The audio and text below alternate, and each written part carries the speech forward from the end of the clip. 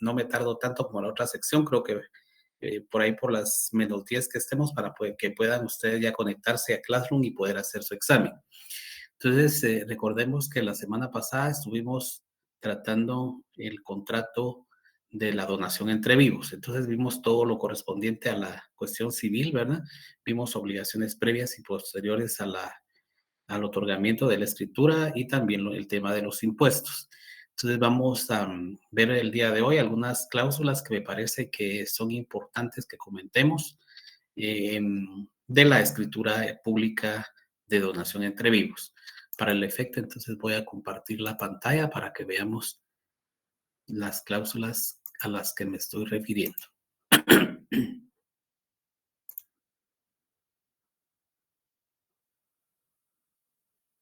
Muy bien, entonces tenemos aquí un documento en el cual pues está la redacción de dos cláusulas de la escritura de donación entre vivos. Recordemos que ahorita pues ya solo lo hacemos con el objeto de que hagamos algunos comentarios con respecto a esto, porque esto ya no, como ya me entregaron el protocolo, entonces estas escrituras ya no las van a entregar. Sin embargo, sí lo vamos a evaluar en el examen final.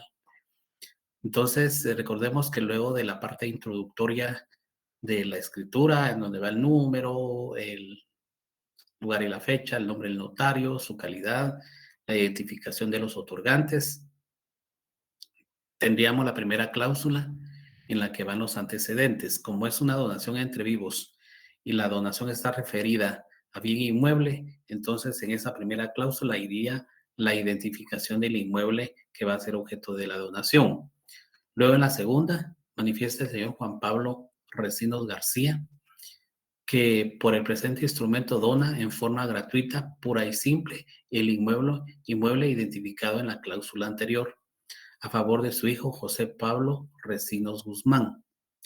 En la donación se incluye todo lo que de hecho y por derecho corresponde al mismo, estimando dicha donación en 230,000 quetzales.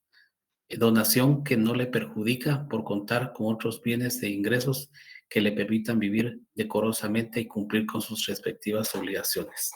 Me parece importante recalcar en esta donación la característica que veíamos la semana pasada de que toda donación debe ser estimada. Es decir, debe de ponérsele un precio y efectivamente en esta primera cláusula es donde nosotros estamos indicando que esta donación que se está haciendo, tiene un valor de 230,000 quetzales, lo que no significa que pues deja de ser un contrato gratuito, sino que por característica, por ser parte de las cuestiones de las cláusulas que debe llevar el contrato de donación, sí debemos de estimarla, debemos de ponerle un valor. Entonces, vuelvo a repetir esta cláusula. Entonces, manifiesta el señor Juan Pablo Recinos García que por el presente instrumento dona en forma gratuita, pura y simple, el inmueble identificado en la cláusula anterior a favor de su hijo José Pablo Recinos Guzmán. En la donación incluye todo lo que de hecho y por derecho corresponda al mismo, estimando dicha donación en 230,000 quetzales. Podemos poner el número entre paréntesis, la cantidad entre paréntesis, donación que no le perjudica por contar de otros bienes e ingresos que le permitirán vivir decorosamente y cumplir con sus propias obligaciones. La tercera no la estamos redactando, nos vamos a la cuarta. Por su parte, el donatario manifiesta al donatario que acepta en los términos relacionados la donación que se le hace, manifestando su agradecimiento al donante por el gesto de liberalidad. Otra de las cuestiones entonces importantes del contrato de donación entre vivos es la aceptación que debe existir de parte del donatario, del que recibe la donación, y efectivamente en esta cuarta cláusula de esta escritura estamos haciendo constar, ¿verdad? Por su parte se manifiesta el donatario que acepta en los términos relacionados a la donación que se hace. Bueno, entonces con esto finalizo lo relativo al contrato de donación entre vivos y pues en este momento si hay alguna pregunta respecto a este tema, pueden hacerlo antes de que comencemos con el siguiente contrato que es el de mutuo. Marta Julia, puede tomar la palabra. Gracias, licenciado. Buen día. Perdone, ¿qué significa esa palabra liberalidad? Mire, digamos que mire, yo pensaría que no, que lo que son palabras en sí, pues no son parte de la clase, ¿verdad? Es como que es una tarea que ustedes deben de tener o es parte de la cultura que ustedes deben tener y si no, que nos vayamos al diccionario porque perdemos el sentido si voy a estar explicando qué significa cada palabra. Yo creo que mejor nos vamos al diccionario y mejor avanzamos, ¿verdad? Por favor. Porque Muy muy bien, aparte es gracias. cuando es el contrato, yo tengo que definirlo, ¿verdad? Pero si digo que eso es como universitarios que somos, yo pensaría que eso sí es parte de lo que ustedes deben de tener una cultura general y si no, pues vayamos al diccionario. Ahora más es el teléfono, ¿verdad? Entonces, más del fondo. Yo sí necesito que vayamos más al fondo de los asuntos que estamos tratando. Bueno, entonces nos vamos al tema del contrato de mutuo.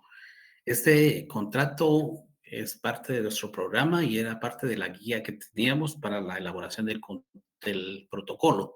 Sin embargo, como ya dije, estos temas ya no nos dieron tiempo terminarlos antes de que me trajeran el protocolo, entonces iban a ser objeto de evaluación en el examen final.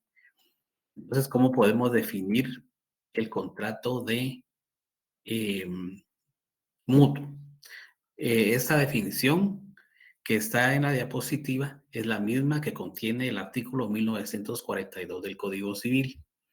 Dice, por el contrato de mutuo, una persona entrega a otra dinero u otras cosas fungibles, con el cargo de que se devuelva igual cantidad de la misma especie y calidad. De esa forma podemos definir el contrato de mutuo.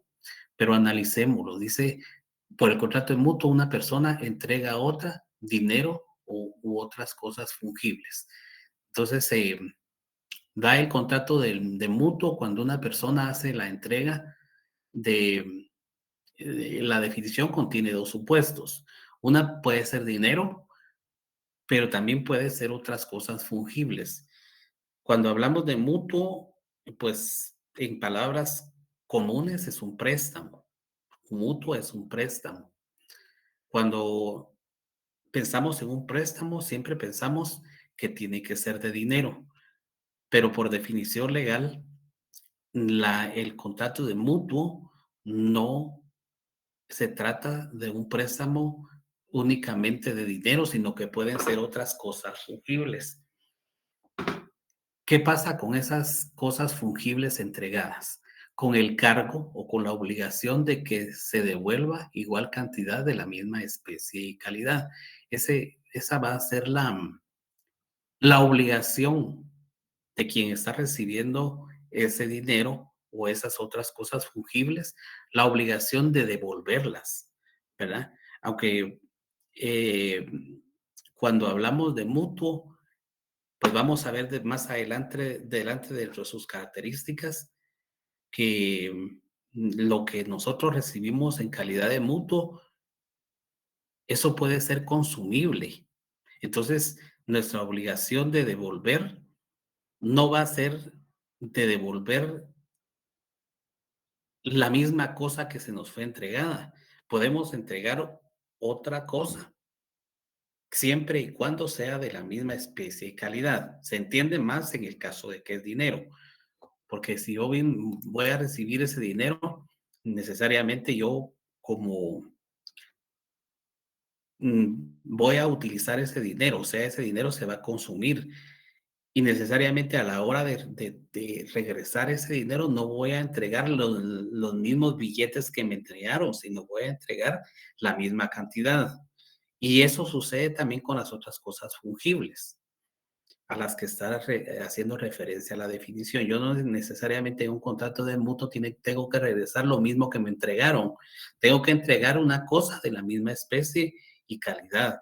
Eso es a lo que me estoy obligando yo en el contrato de mutuo. Por eso dice, Por el contrato de mutuo, una persona entrega a otra dinero u otras cosas fungibles con el cargo de que se devuelva igual cantidad de la misma especie y calidad.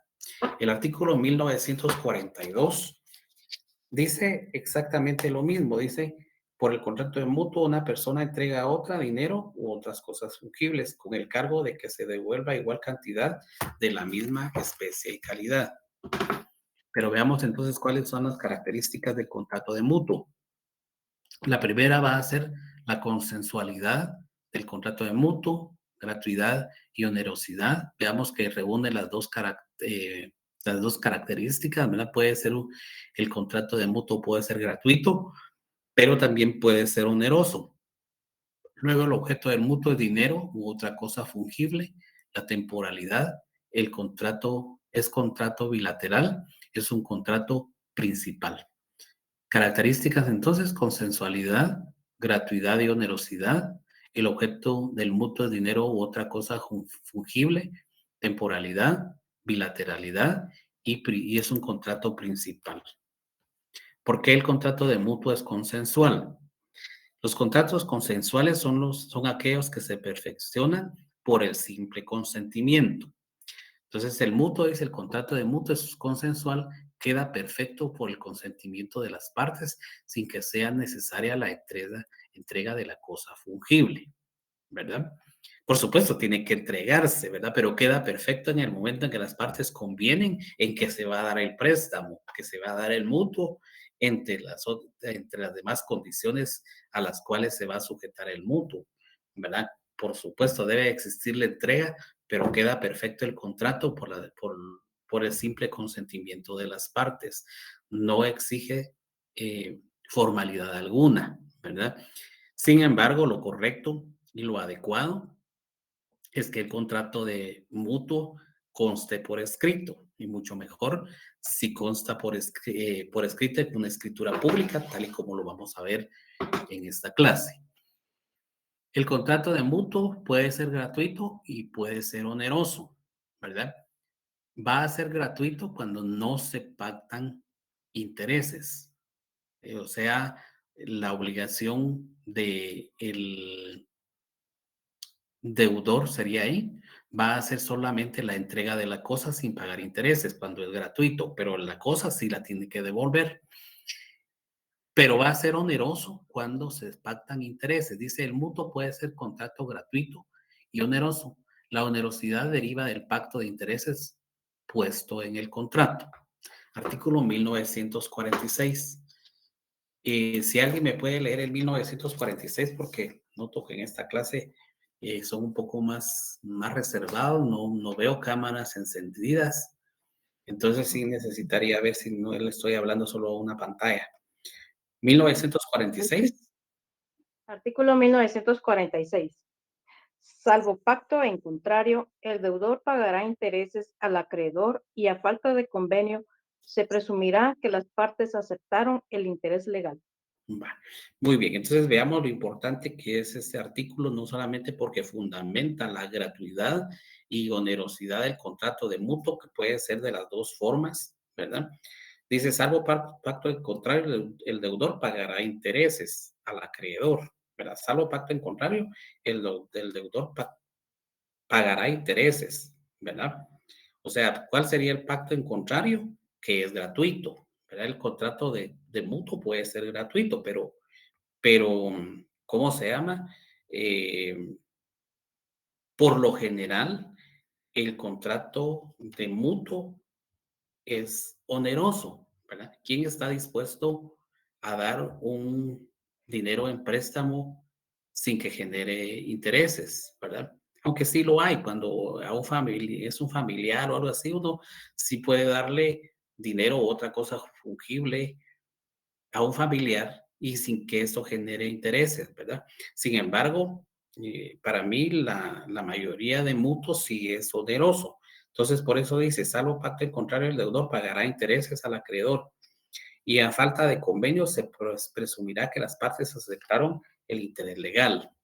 Resulta que dentro del contrato que se hace, muchas veces sí se puede indicar que generará intereses, pero no se indicó eh, cuánto va a generar de intereses, o sea, cuánto va a ganar de intereses mensuales o como se haya pactado. Entonces, si no existe esa indicación, esa estipulación en el contrato de mutuo, entonces se va a presumir que las partes aceptaron el interés legal. Y cuando hablamos de interés legal, entonces nos vamos al 1947. Si alguien me puede leer el 1947 para que veamos el fundamento legal del interés legal. Artículo 1947. El interés legal es igual al promedio ponderado de las tasas de intereses activas, publicadas de los bancos del sistema al día anterior a la fecha de su fijación, reducido en 2 puntos porcentuales en defecto de su publicación o en caso de duda o discrepancia. Se solicitará informe a la Superintendencia de Bancos, el cual tendrá carácter definitivo. Para evitarnos esos problemas, yo pensaría que si a mí me van a pedir que haga una escritura de mutuo, pues sí preguntaría a las partes si el mutuo va a generar intereses, ¿verdad? Y si va a generar intereses, ¿cuál va a ser el porcentaje que va a ganar el mutuo dado, ¿verdad? La cantidad prestada, para que quede claro en el contrato. En caso de que no se haya establecido el interés, hay una presunción legal ahí, ¿verdad? Se va a presumir entonces que las partes están aceptando el interés legal. ¿Y qué es el interés legal? Es el que está establecido en el artículo 1947 que dice, el interés legal es igual al promedio ponderado de las tasas de interés activas publicadas de los bancos del sistema al día anterior a la fecha de su fijación, reducido en 2 puntos porcentuales. En defecto de su publicación, en caso de duda o discrepancia, se solicitará el informe a la superintendencia de los bancos, el cual tendrá carácter definitivo. Voy a necesitar que alguien me explique ese 1947, pero que no sea Marta Julia, porque veo que solo Marta Julia y le agradezco por su participación, pero creo que todos tienen que estar pendientes de la clase y me gustaría que alguien me explicara ese artículo 1947, ¿verdad? Si no hay alguien que me lo quiera explicar, voy a tener que señalar yo a alguien que lo explique.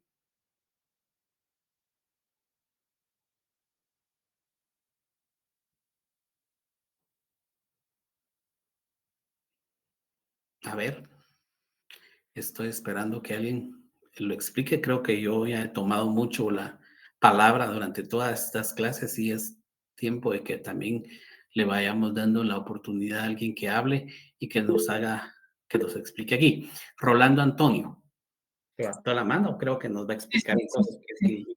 qué No, entendemos por el artículo, en el artículo 1947. Le doy la palabra entonces. gracias. Yo entiendo que como, digamos, si no se define una tasa de interés específica, se entiende que el interés legal va a ser como el estándar que manejan los bancos, ¿verdad? Eso es lo que yo entiendo. Entonces, en este caso, se fijaría, digamos, el porcentaje según el día que ellos pacten digamos, el contrato. Ujú. Ahora bien, por lo que entiendo es que si en caso hay alguna discrepancia, digamos, no estoy de acuerdo en algo, o se puede verificar en la superintendencia de bancos, ¿verdad? Que ellos son los que definen realmente cuál es el porcentaje general y el margen que deberían manejar, ¿verdad? Para que se tomen en consideración. Pero no sé si estoy bien, Nick. Sí, me explica una parte de lo que dice el artículo, pero yo necesitaría saber qué entienden ustedes por el promedio ponderado de las tasas de interés activas publicadas en los bancos del sistema anterior a la fecha de su fijación, reducido en 2 puntos porcentuales. ¿Qué significa eso? ¿Cómo puedo explicarle yo a mi cliente qué es ese interés legal? ¿Verdad? Tengo varias manos levantadas aquí. Eh, Hugo Roberto. Buenos días, Buenos licenciado. días. Yo lo que comprendo es que, como dice, el interés legal es igual al promedio ponderado de las tasas de interés activas publicadas de los bancos del sistema. Digamos, si tomamos todas las tasas de interés de todos los bancos que hay actualmente en Guatemala, Banrural, GIT, etcétera, hacemos un promedio. Esa es la base, es como el primer, ¿cómo decirlo así? La primera indicación que da el artículo. Posterior a eso, se debe tener en cuenta el día anterior, ¿verdad? O sea, el promedio de todas las tasas de banco de interés promediados en el día anterior. Cuando dice reducido en 2 puntos porcentuales, se refiere a que si la tasa, digamos, era de 5%, 2 puntos porcentuales se refiere a que al final va a quedar en 3%. Y, y si hay duda de verdad o discrepancia, pues lo que establece el artículo es que se le pide un informe a la Superintendencia de Bancos, pero a eso es a lo que yo entiendo que se refiere. Claro. Sí, me parece bien. Me parece correcto. Tengo la mano levantada también de Evelyn. Buenos días, licenciado, compañeros. Pues yo entendí lo mismo que el compañero acaba de explicar, que se debe solicitar a todos los bancos del sistema la tasa de interés, hacer el promedio y en base a eso, pues descontarle los 2 puntos porcentuales. Así es, correcto. Solo lo único que como, por ejemplo, nos está diciendo que es el promedio ponderado, ¿verdad? ¿Qué es un promedio? Un promedio es una suma y una división, ¿verdad? Es decir, tenemos que sumar todas las tasas de interés de los bancos del sistema, así como lo dijo el compañero, ¿verdad?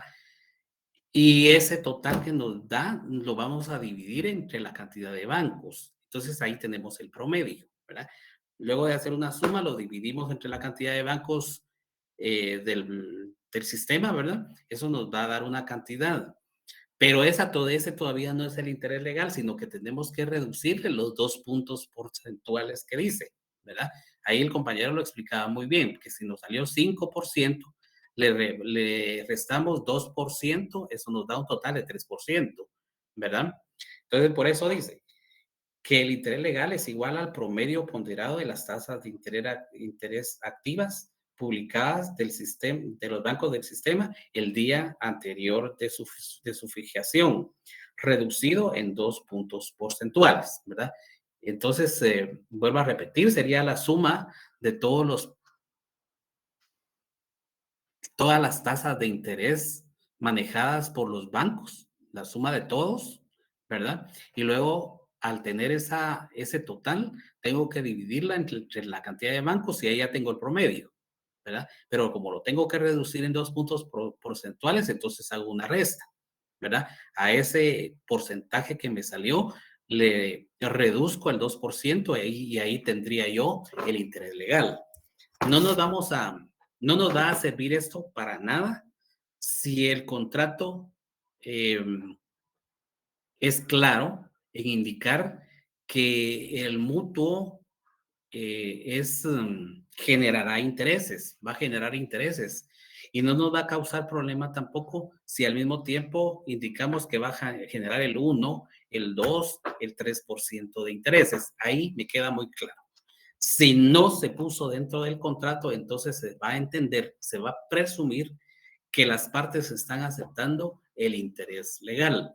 Y el interés legal nos vamos al 1947, ¿verdad? Eso ya va a suceder después, ¿verdad? Cuando ya haya incumplimiento posiblemente, ¿verdad? Cuando ya haya posiblemente una demanda de incumplimiento, pero no se tiene la tasa de interés, ¿verdad? Entonces se va a entender que las partes aceptaron el interés legal, que consiste en el promedio ponderado de las tasas de interés manejadas por los bancos del sistema un día anterior a la celebración del contrato, ¿verdad? Reducida en 2 puntos porcentuales.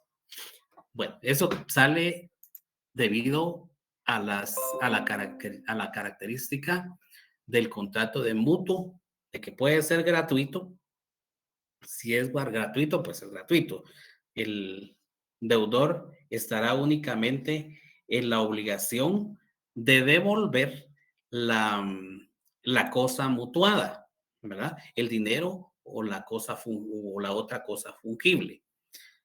Pero va a ser oneroso si aparte de eso tiene que entregar, no va a tener que entregar solamente el dinero dado mutuo o la otra cosa fungible, sino que al mismo tiempo esto está generando intereses. Entonces eso hace que el contrato sea oneroso.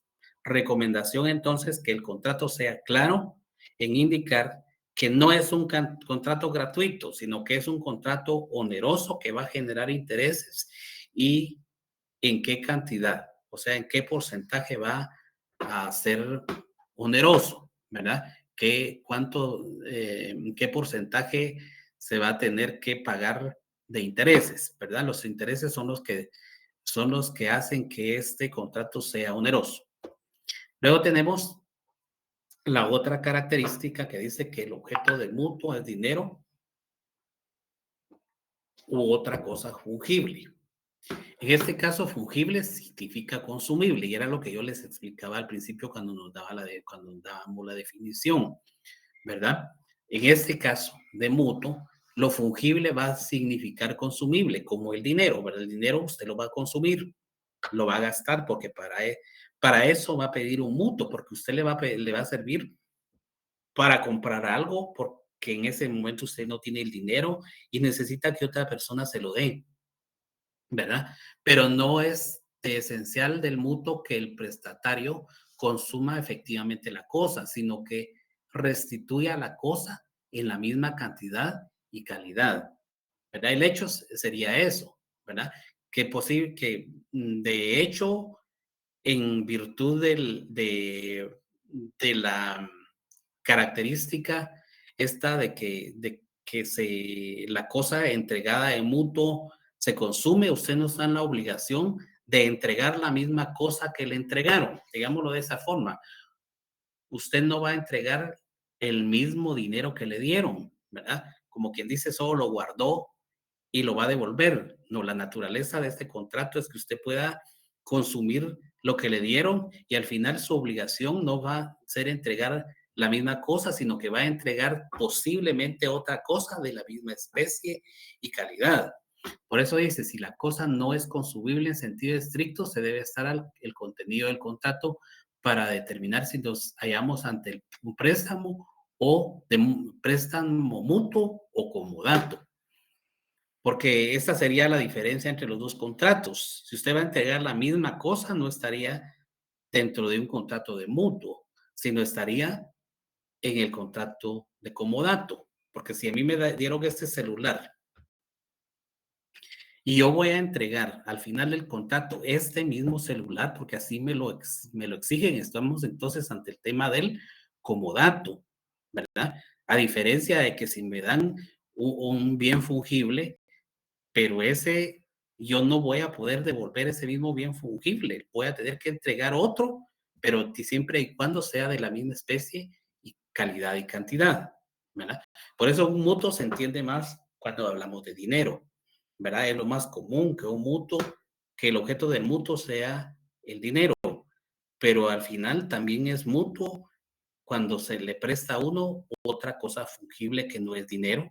Y en ese sentido, entonces yo voy a tener que regresar, voy a tener que devolver, no necesariamente la misma cosa que me dieron para que la utilizara, sino que voy a devolver otra cosa de la misma especie y calidad de la que me entregaron. Por eso es de que cuando se trata de dinero, pues es más claro. Veamos qué dice el artículo 1943. ¿Alguien me puede leer el artículo 1943 para que veamos? Artículo 1943.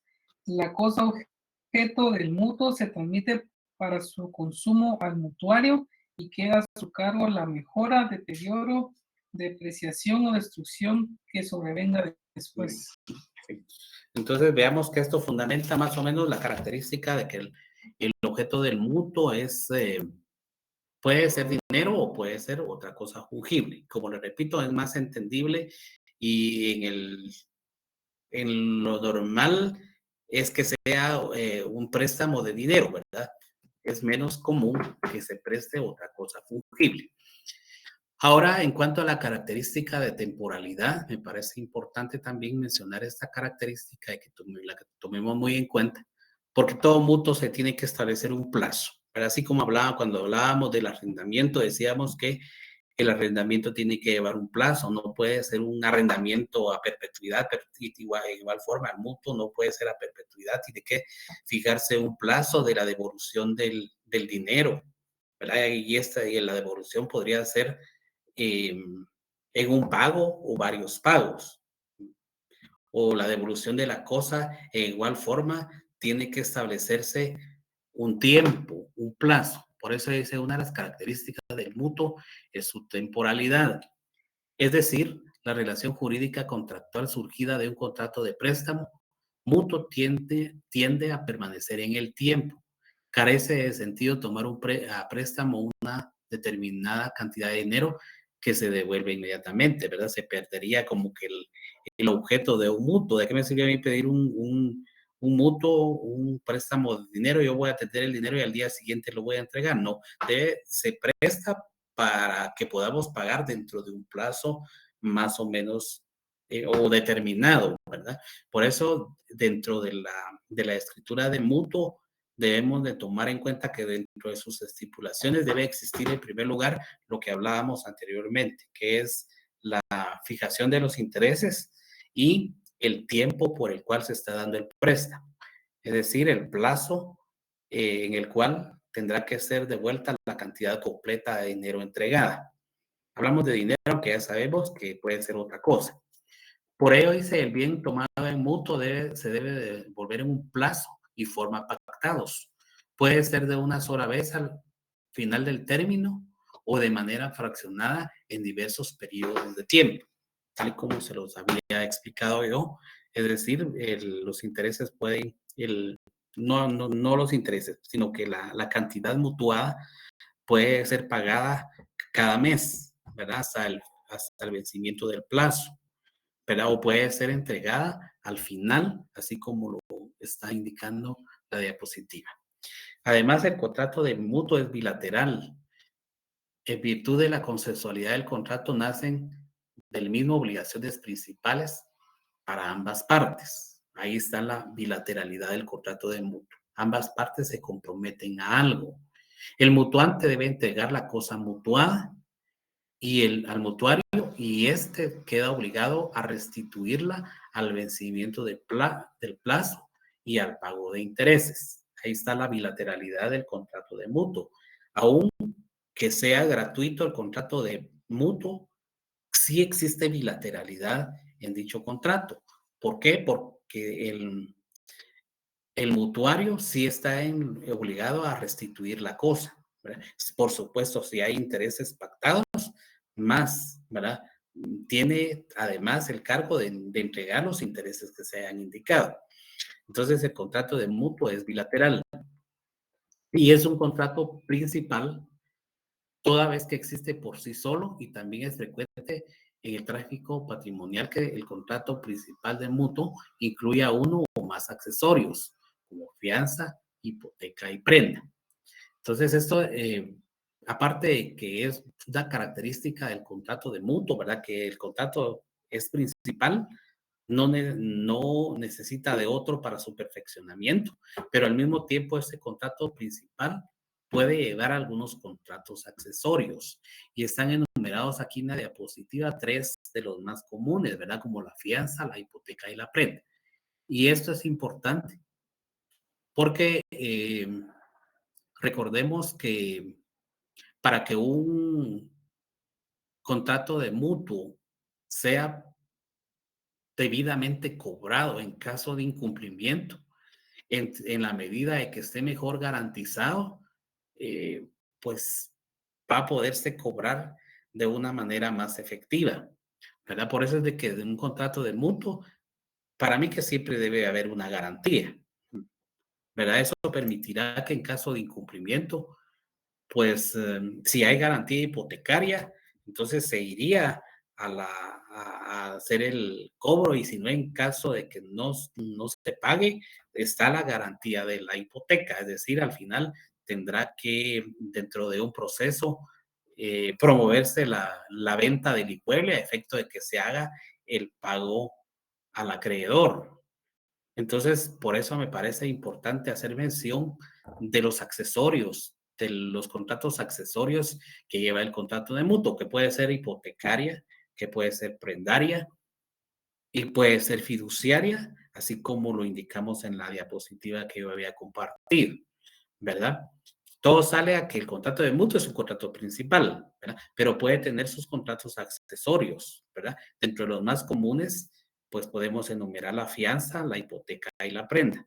Y esto nos va a, digamos, en la medida de esa garantía que se esté prestando, pues valga la redundancia, garantizará de una mejor forma el cumplimiento de la obligación, ¿verdad? Porque en caso de incumplimiento, pues están las garantías, están los medios por los cuales se está garantizando a la hora de que se tenga que ejecutar.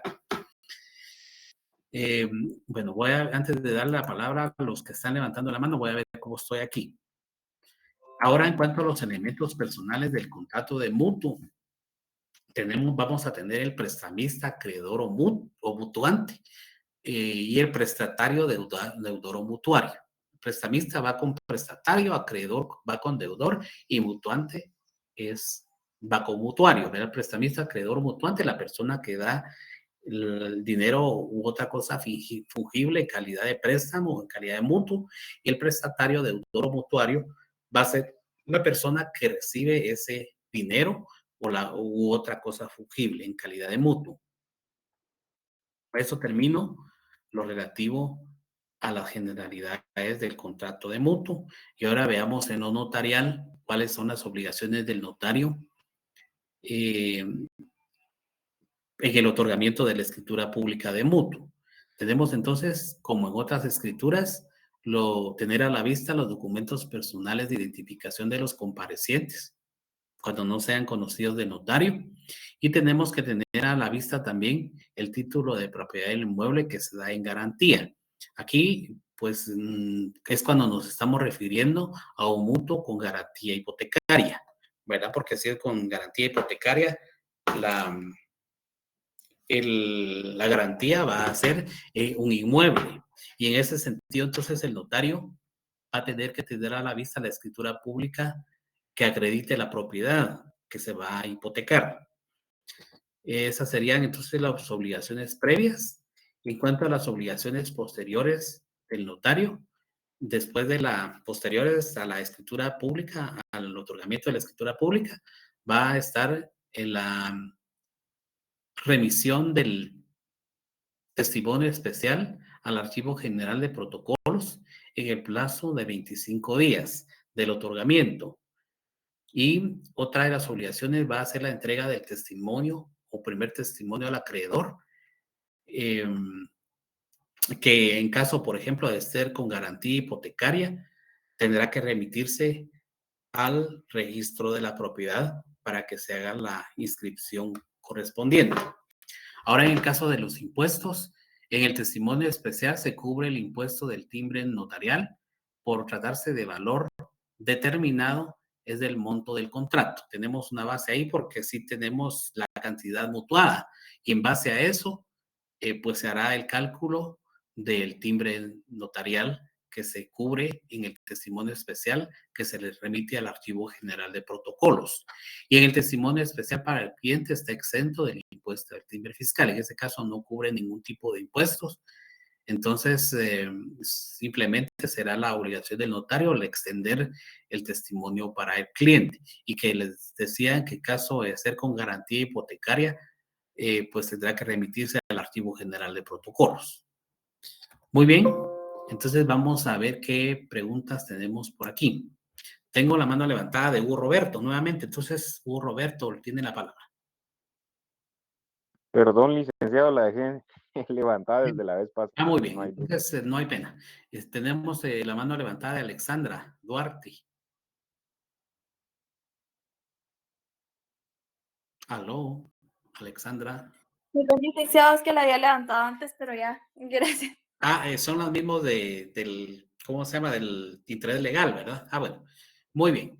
Entonces, cuando sea así, solamente hagan ¿cómo sea? Cancelen la manita levantada para que no volvamos a aludir, ¿verdad? Bueno, entonces, si hay alguna otra pregunta. Bueno, entonces recordemos que como tenemos examen el día de hoy, entonces yo me voy a ir retirando, siempre pendiente, por supuesto, del examen de ustedes. El examen comienza a las 11, entonces tienen aproximadamente unos 15 minutos. Recuérdense que pese a que se pone a 1 hora, no comienza a esa hora. Yo no entiendo por qué da unos 5 o 6 minutos de gracia, pero igual el examen está planeado para que se haga en 20 minutos, ¿verdad? Tienen 25, pero como les roban los 5 minutos, posiblemente si tengan solo 20. Entonces, por aquí me voy a ir quedando. Entonces, para la otra semana nos vamos a estar viendo. Fíjense que la otra semana es el día del abogado, pero como no nos han dicho todavía si nos van a dar descanso o no, por el momento quedamos en que nos vemos la otra semana. En caso de que haya una disposición de parte de la coordinación de la facultad, entonces se le estaría comunicando. Por el momento estamos en que la otra semana hay clases y si no, pues nos veríamos a la siguiente semana. Ha sido mucho gusto saludarlos y entonces nos vamos a ir saliendo de aquí para que puedan hacer su examen. Gracias, licenciado. Gracias, bien. No, igualmente.